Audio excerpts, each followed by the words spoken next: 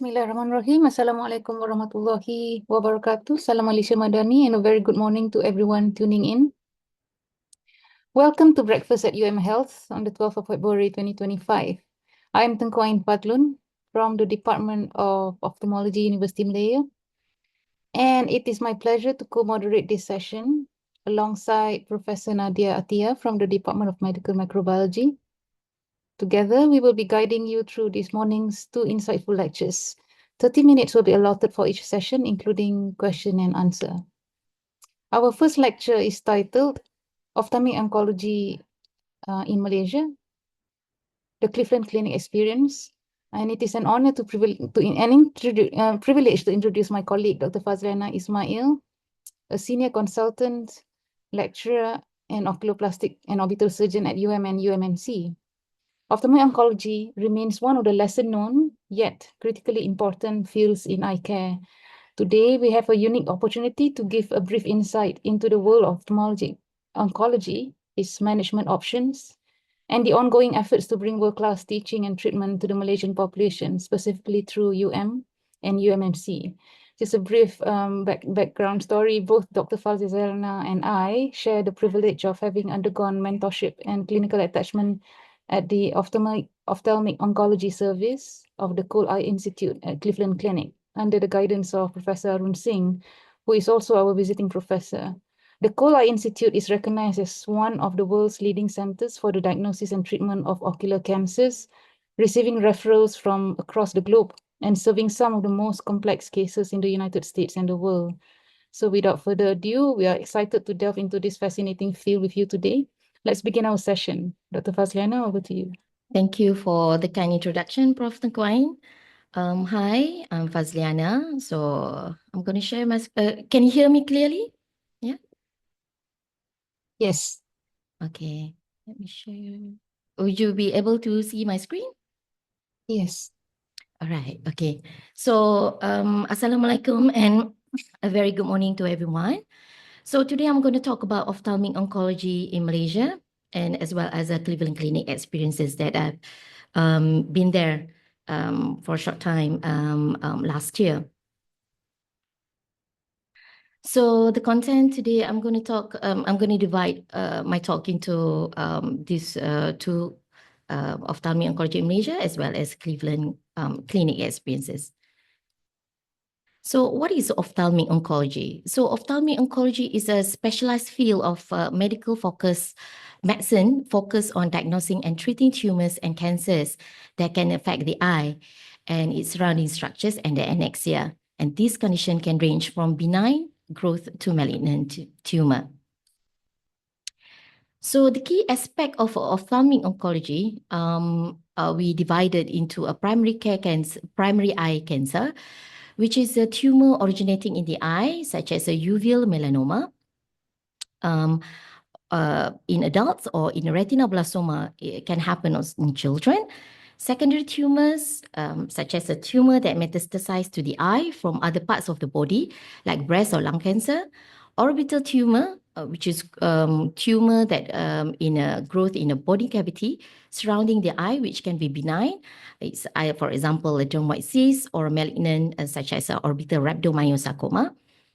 And eyelid and conjunctival cancer, which is a skin-related cancer like basal cell carcinoma on the eyelid or rare condition like conjunctival melanoma.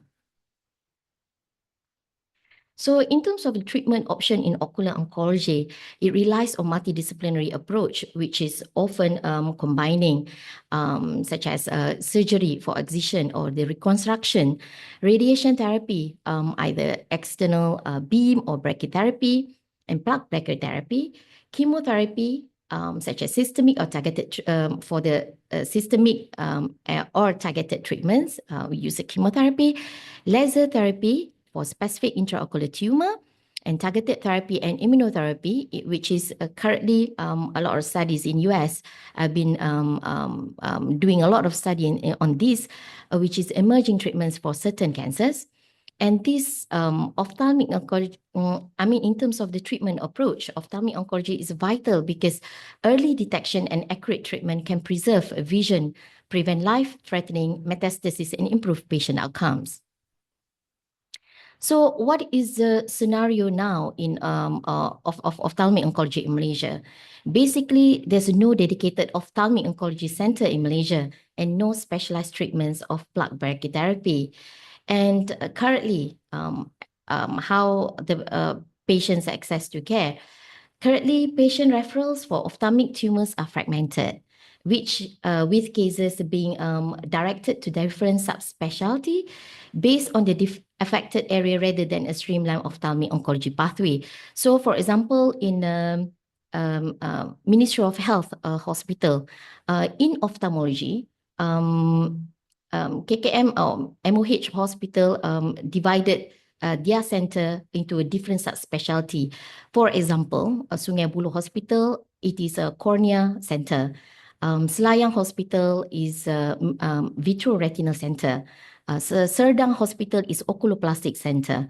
Shah Alam Hospital is medical retina center. So it's all been fragmented and been treated in a different subspecialty. So, but in UMMC, we're not too bad because we have all the subspecialty available under one roof. But we need to streamline this to make it efficient and to make it established ophthalmic oncology center. In terms of treatment options available currently in Malaysia, it's just a standard care such as a surgery, chemotherapy, and external beam radiotherapy. However, there's no option of plaque brachytherapy available in Malaysia. For your all information, in Malaysia, we don't have ophthalmic oncology center per se, and especially a plaque brachytherapy treatment option. But in our neighboring country, Singapore just established or they just form oculoplastic or ophthalmic oncology center in NUH. In Indonesia, they have one actually under Dr. Delphia Tree in Bandung. And in Thailand also, they also have oncology. So pretty much in this region, we are the only one who doesn't have ophthalmic oncology center yet. And in terms of this awareness and early detection, this can lead to delay in diagnosis and treatment as there's no centralized system for managing these cases comprehensively. So what are the challenges in developing in ophthalmic oncology unit? So lack of trained specialists in only 2 been trained in ophthalmic oncology, Prof. Tengku and myself included. And we need more specialists to be trained, and also UBM and radiation technician. And these are technicians are important. So far, we are also been trained in UBM, how to use a UBM and B-scan machine ourselves. But in terms of a training, we also in a close relation with Prof. Mario, who is an expert in techniques in operating UBM machine. And we have he also come and visit us twice already in to teach us how to do this. So we can't have this collaboration also with Prof. Mario, apart from Cleveland Clinic, in terms of setting up this center. In terms of the equipment and infrastructure, what is challenges? The availability of a diagnostic tool in eye clinics such as OCT, ultrasound, biomicroscopy, UBM, and treatment facilities. Treatment facilities. Such as brachytherapy, proton beam therapy. So in terms of the equipment infrastructure in the eye clinic, we are very fortunate in because we have all the instrument that is required to form this unit. And especially UBM, I'm happy to announce to everyone that we are the only center in Malaysia who has this machine, this UBM machine with the B-scan, which is the same exact unit that been used in Cleveland Clinic, and this is a crucial in terms of the plaque brachytherapy, placement and treatment. Later on, I will discuss a bit about that. And in terms of treatment facilities, of course, we as a tertiary center, we have an oncology unit and we have all these things under one roof. Other challenges, we definitely need a multidisciplinary collaboration. We need a better integration between ophthalmologists, oncologists, radiologists, and pathologists who specialize in globe and orbit tumor, so we can streamline these patients to get a better care and treat them holistically, not only for the diagnosis per se, but also the follow-up and treatment after. And patient education and referral system, that one is once the Ophthalmic Oncology Center is set up, we will advertise, make it public, organize public awareness, education, and put the referral system in place. So what is the insight from the Cleveland Clinic that I've learned? So in terms of advanced diagnostic and treatment protocols, plaque brachytherapy as an option of treatment and globe salvage procedure, which avoid the inoculation. In Malaysia, in this part of the world, sadly, a lot of patients actually are very reluctant or resist or offer doing inoculation once they've been diagnosed, like say, for example, intraocular tumor, a malignant intraocular tumor. They are reluctant to remove the eye because if they have a vision of 6/6/6/12, they're still pretty much, they don't feel any difference. They are very reluctant to go for this procedure of inoculation. Hence, some of them succumb to this disease, unfortunately, sadly enough to say. So by having this plaque brachytherapy as an option treatment, we can avoid all this treatment barrier that this patient has, and actually bring a better new treatment in terms of ophthalmic oncology treatment. Other than that, patient management strategies. I learned how patient pathway and care coordination in Cleveland Clinic. In Cleveland Clinic, if the patient seen for the first time and then diagnosed clinically, and then straight away they've been listed in a OT list the week after. It's very fast. It's the week after, and then take the sample, for example, and then send for the biopsy, and the result you get it within a week. And then from there, and then the treatment option is being chosen, personalized to the patient, whether plaque brachytherapy, laser, or whatever treatment option or surgery. And then after that, the follow-up, after they have a protocol for, let's say, for example, uveal melanoma, they have a protocol, specific protocol for 5 to 10 years, how to follow up this patient and to coordinate with the radiation oncologist, whether they need to go for the 6 monthly for the first 2 years of ultrasound or scan for the liver to check for the metastasis and all. And this patient being followed up for at least 10 years. And they have this specific protocol very efficiently been done and very established. And the patient been treated efficiently and efficiently. Other things is a multidisciplinary approach, how Cleveland Clinic integrates different specialties for comprehensive ocular oncology care.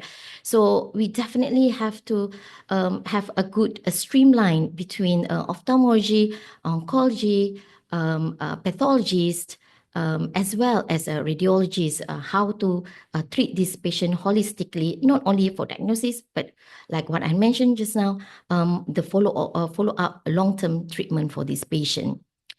And lastly, the research and innovation. This is a really interesting part that I've learned there in Cleveland Clinic, the advancement in ocular oncology and research in genetic testing, which that helps in personalized treatment plan. Let's say, for example, patient have a more aggressive, by doing a genetic testing, they realize that, okay, this patient has a grade 1 and grade 2 and grade 3, which one is more aggressive, and then you treat the patient more aggressively depending on this genetic testing, or early detection and prevention, like screening the family members, if they're like let's say, for example, in a retinoblastoma, and you want to screen them and get them early on, give a counsel to them, what is the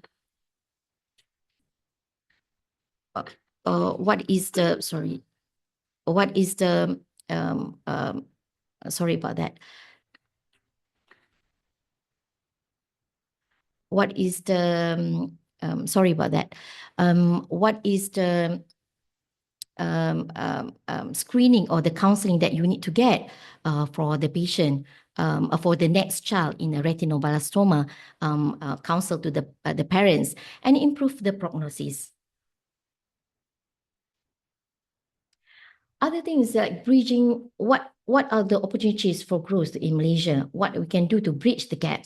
So here we want to set up a Malaysia first ophthalmic oncology unit to establish UM as a pioneer in ophthalmic oncology and referral center in Malaysia. And this Prof. Ain has this vision, and we would like to make it happen and anytime soon, as soon as possible. Yeah, and the capacity building and training. has the capacity to train more specialists and technicians through local programs or international collaboration. So far, we already have a collaboration with the Cleveland Clinic, and in terms of the technicians, we are in collaboration with Prof. Mario from Spain. So we have this capacity to build this unit. And by collaboration with a global institution like Cleveland Clinic can accelerate this progress and make this happen sooner. And adopting cost-effective solution. By having a plaque brachytherapy as treatment option can save cost of treatment overall and reduce overseas referral to the neighboring countries. So I'm going to talk a little bit of ocular brachytherapy history. So the earliest conservative treatment was described by R. Foster Moore, which is in 1930 in a British Journal of Ophthalmology. And then later on, plaque radiotherapy is introduced in 1950s by Stellert using a cobalt-60. In 1970s, Lomatz introduced it with a ruthenium 106. And in 1980s, Packer or Rothman introduced using iodine 125. So apart from that, we also need a radiation planning, the software. This software is introduced by or developed by Prof. Emeritus Melvin Estrahan, which is from University of Southern California, which he built a plaque stimulator. So you can see here, this is a photo of a fundus photo, and you can see this is the tumor on the posterior pole. And this is the B scan with, you can see here, the tumor with the broad base and the thickness. With the B scan, that machine that we have, we can have a good resolution, know exactly where the location is, as well as what is the broad base and what is the thickness, which is a crucial for us to do when we want to place the plaque brachytherapy. And this is the a plaque simulator. And you can see here, this is a plaque that need to be put directly. This is a tumor, and we put the plaque directly behind it. All right. And this is a plaque simulator that can help us in putting the plaque brachytherapy to make sure that the maximum energy being given to the tumor and not dispersed to any other parts of very targeted space. And here you can see here, this is a plaque simulator iDosor plots, which they can generate it. All right, so this is tumor, the plaque here, and then you can see how much is the high energy direct to the tumor itself and disperse a low energy to other parts of the eye. And here you can see there's a plaque here, and then this is tumor. This is the energy being dispersed. Disperse of energy is targeted to the tumor per se, and the surrounding is energy is in a low frequency. So plaque brachytherapy is a highly effective and widely used treatment in ocular oncology, particularly for managing intraocular tumors such as uveal melanoma and retinoblastoma. And it involves delivering localized radiation to tumor through small custom-designed radioactive plant called a plaque. And this, what is indication? Usually in uveal melanoma, the most common indication, it can achieve control tumor in over 90% of cases. Other things are retinoblastoma, used as a second-line treatment for a localized tumor, often in combination with chemotherapy, and other tumors such as choroidal metastasis, hemangioma, ciliary body tumor, conjunctival squamous carcinoma in selected cases. So what is the benefit? It targeted therapy, it minimizes the exposure to healthy tissue like the optic nerve and retina. It preserves the eye, a vision-sparing alternative to enucleation. Rather than remove the eye, this is very effective for small to medium tumor. Where particularly in uveal melanoma, where tumor control rates are very high. So the key feature is basically its plaque design, all right? A small thin disc-shaped device, and then it's a contained radioactive seeds. You can choose either iodine 125, ruthenium 106, or palladium 103, and arrange focused radiation to the tumor while sparing surrounding tissue. The placement is placed surgically onto the sclera, and this ensures the precise delivery of radiation to the tumor. And we put the plug in place for a few days, usually 3 days. It depends on the calculation for each individual because the duration is calculated to maximize the tumor destruction while minimizing damage to healthy tissue. And to remove, after the treatment period, the plug surgically removed. And this can be done under daycare with the patients under local. So recent complication, radiation retinopathy, radiation optic neuropathy. Radiation optic neuropathy, usually if the tumor is very nearby to the optic nerve. If it's quite far, usually is very low risk. Cataract, sclera thinning. While cataract and radiation retinopathy, we can easily treat this patient we easily treat this patient by doing cataract surgery or radiation. Retinopathy, we can give an intravitreal injection. So let me go to a second part of the talk is about a Cleveland Clinic experience. So I want to show you, this is my mentor, Prof. Dr. Arun Singh. He's a world-renowned ophthalmic oncologist in the world. He received all the referrals all over United States. Patients are flying over to come and see him, not only in the United States, but also all over the world. While I was there, a lot of Middle East patients, actually, Middle East country actually send their patients, 5 or 6 patients within a 2 months period. This patient comes flying from Dubai, Qatar, to actually receive treatment for the ophthalmic oncology. And is very well-renowned. And not only that, not only about his expertise, but how he handled the patients there, how efficient and very systematically how he handled the patient.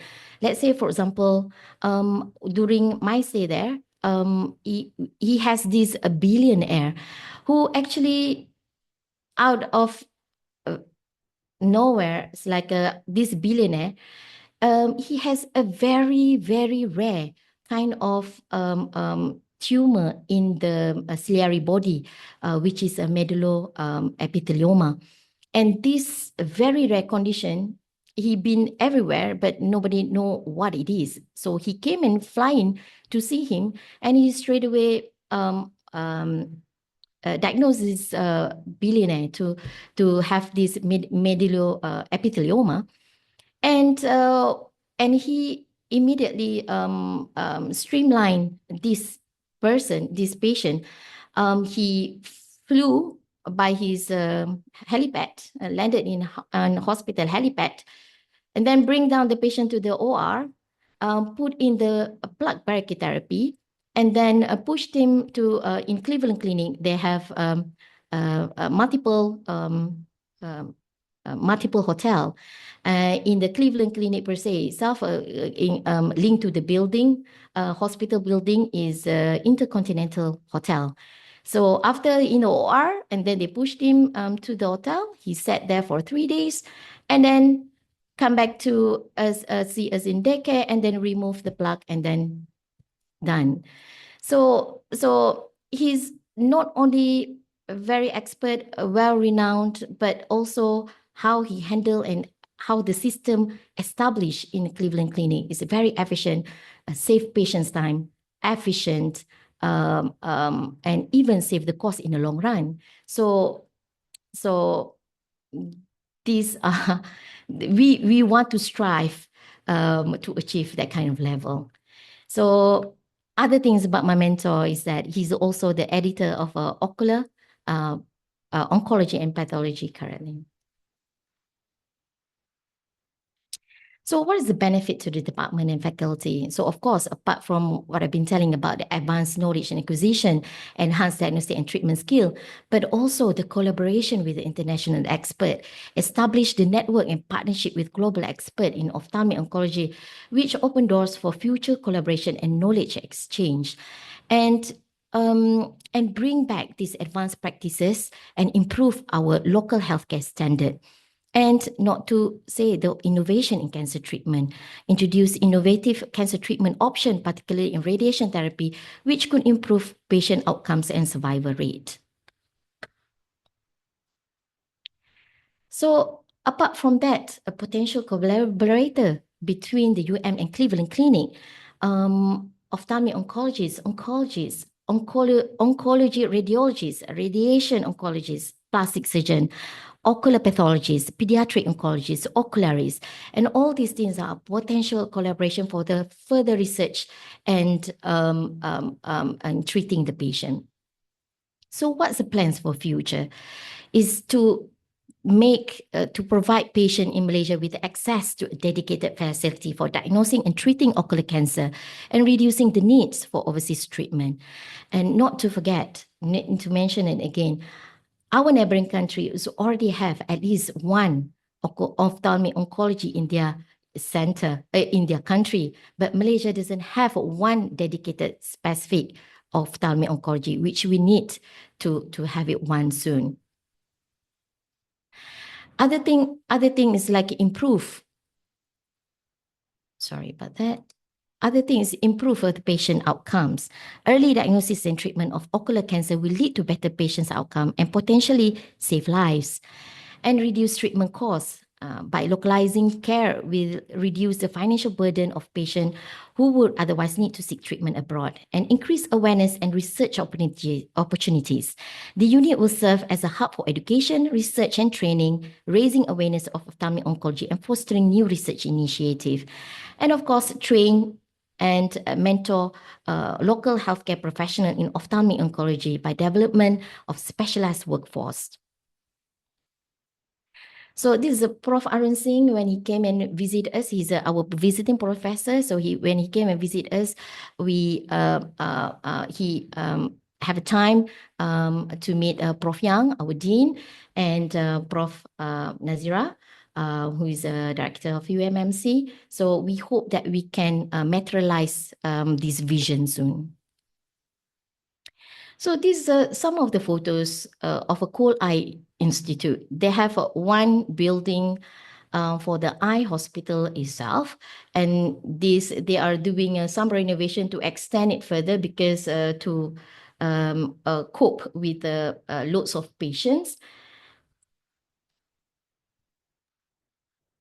These are just to say we've got 1 minute left for the next one. Yeah. Okay. So these are the photos of the clinic itself. This Karen is a superb technician. She's the one who will do the UBM, the B scan, and come out with the reports, specifically the location, the thickness, and so on and so forth. But so far, here, Prof. Ain and myself is doing this measurement ourselves. These are the staff. And these are their operation theater, OR. And you can see here, this patient has been doing enucleation because of the huge uveal melanoma, but we are taking some sample for the genetic testing for the prognosis wise. This Prof. Arun, other fellows and all the staffs. And as you can see here, this is to show you the facilities or the that they have in the Cleveland Clinic. They have like this specific building for the cancer center. And this is the Intercontinental Hotel, which is linked to the building, the hospital building. And these are their laboratory. And they also have one building for specific for the pathologist building.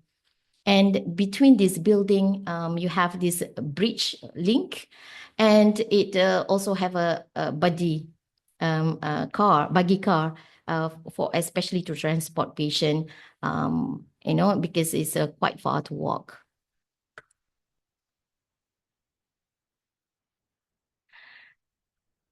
So, okay, these are the downtown of Cleveland. And when I was there, I experienced that there's a tornado in the area, but thank God that it doesn't come to the hospital side. It's actually in other parts of Cleveland. But yeah, there's a lot of trees falls down and hit the electricity pole. So we are in a blackout for where I'm staying is just opposite the hospital. So it's only 24 hours blackout, thank goodness. But Prof. Arun's house, our area, is a blackout for 1 week. So there's a interesting experience. I've never experienced a tornado because we doesn't have it over here. And lastly, I would like to say my appreciation and thank you to Prof. Arun. Some slides, all his mentorship, and he's not only in terms of the ophthalmic oncology, but mentor to me in terms of personal guidance and so on.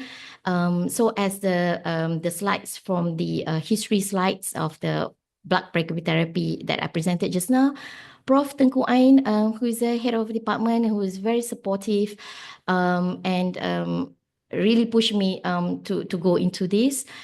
Prof. Yang, Prof. Dr. Yang, our Dean, Prof. Dr. Nazira, who is very supportive. Hope that we can materialize this vision soon.